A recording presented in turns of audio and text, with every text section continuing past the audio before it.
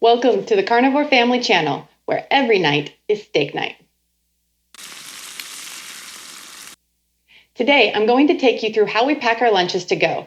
My kids are homeschooled, so they have 2 days a week they need school lunches for their co-op, but they also take meals with them when they travel long distances for sports with their teams, or when we know we'll be gone all day and don't want to buy food while out. One of the keys to making this work for us has been to learn to plan ahead so we are never stuck with poor choices. When we have regular, healthy, real food available, we are much less likely to give in to temptations for carbs, sugar, and fast food. Before we get started, do me a huge favor and hit the subscribe button and ring that bell. When we're done here, check out the Carnivore family on social media and our store. Links in the description box below.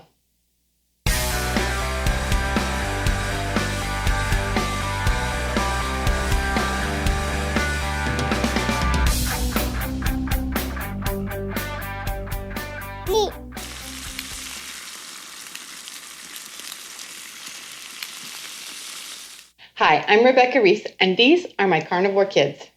My husband Louie and I transitioned our whole family to the carnivore way of eating almost a year ago. If you'd like to hear more about that process, you can check out my video here on how we went from a standard American diet to where we are now.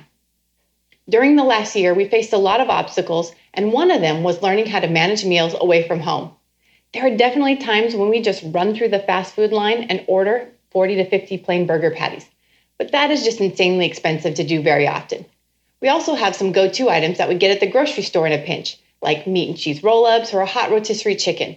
But to keep this feasible, both budget-wise and logistics-wise, we needed to find easy ways to make lunches to go.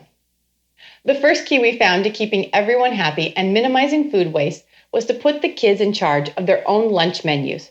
We regularly poll the kids on what they like to eat for their planned lunches and make sure to have those foods stocked.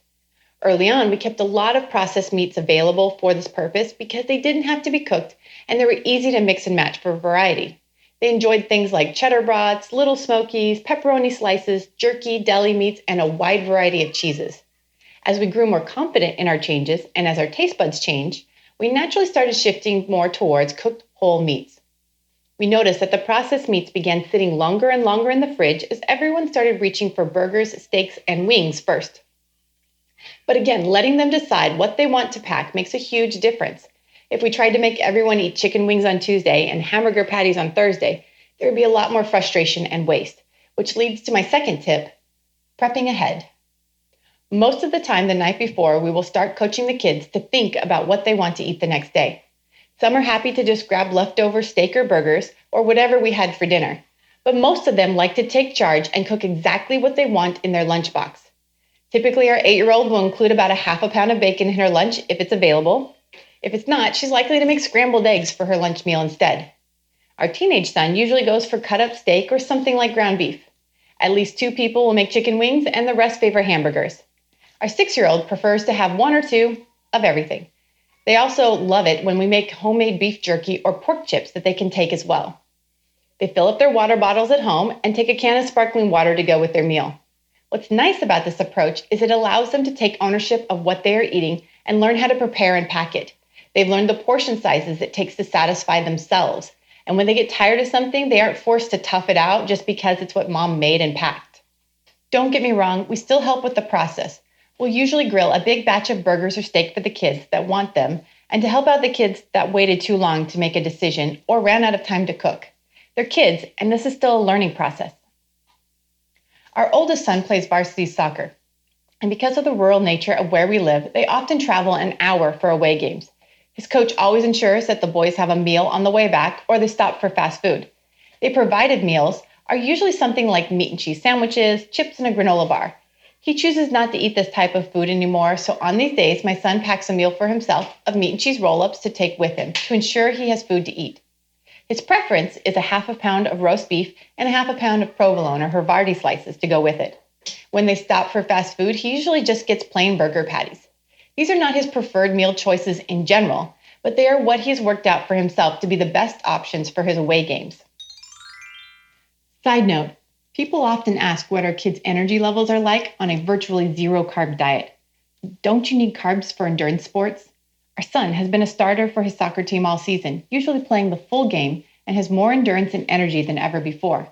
On the occasion that he is feeling a little run down, we can usually trace it back to too many days of lean meat choices like chicken wings and fish.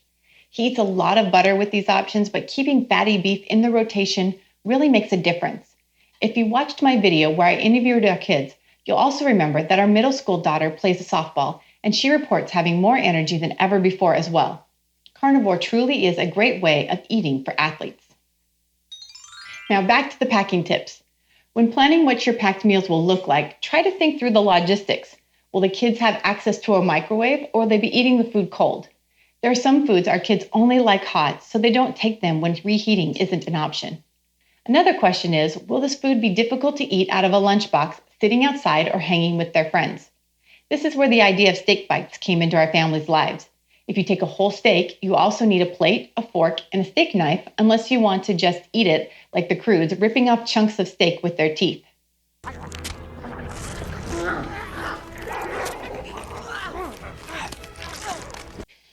So we cut up the steaks into bite-sized pieces or strips that they can eat with just a fork or their fingers without looking like wild animals. Another thing to think through is, will there be well-meaning people there offering supplemental foods and snacks? Managing this is really going to be a personal call for your family and done on a case-by-case basis. If you're at the beginning of these changes, people that have been seeing your child regularly, like teachers and daycare workers, may just think that you forgot the juice box or the bread or the pudding you used to pack in the lunches.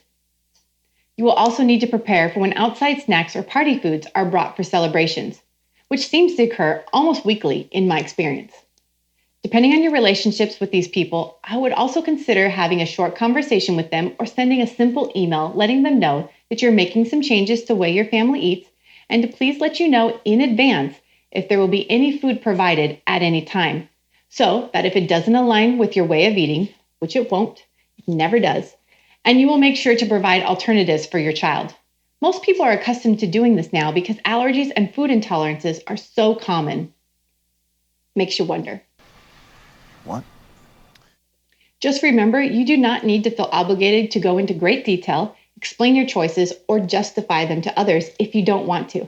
Keep it simple. And in my experience, people are generally willing to be accommodating if they can.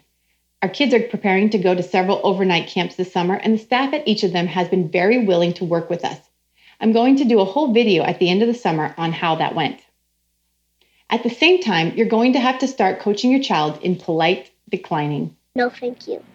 No, thank you. No, thank you. Just say no thank you.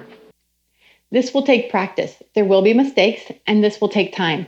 Whatever happens, try to make this a positive experience, and moving the needle slowly is better than not at all. Think about where you want to be a year from now, 3 years from now, 10 years from now. Unless there's a significant health concern you are tackling right now, all the changes do not have to be made this month. At the same time, start experimenting with treat alternatives. We've made Kelly Hogan's Oopsie Cake a few times, and that went over pretty well. It's just cream cheese, eggs, cream of tartar, and heavy whipping cream. Some of our kids loved just the cake portion, and some loved just the frosting, and some loved the whole thing. There are some great ice cream recipes like Dr. Kiltz's Keto Ice Cream, which is only heavy cream, eggs, vanilla, and salt. I'll put the links to these recipes in the description box. And to begin with, it's okay to adjust slowly if these are just too big of a jump right away. The first time we made ice cream after starting Carnivore, we put strawberries in it and tried several recipes. If you need to go to a low sugar version before a no sugar version, that's totally okay. Just try really hard to not start depending on processed alternatives and additives like stevia, erythritol, and xylitol to replace sugar. The goal is to kick the sweet tooth, not change it to a different kind of sweet tooth. If you make compromises, do it with intent, not out of desperation.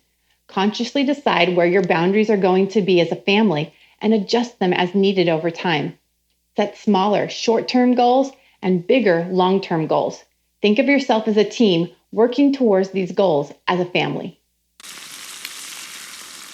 Now, to wrap this up, I want you to know that I'm giving away my Carnivore Family Grocery Guide to help you get started. Check out the description box for details.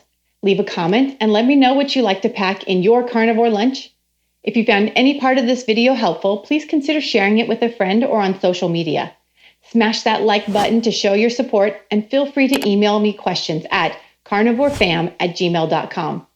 And remember, when all else fails, try eating a steak.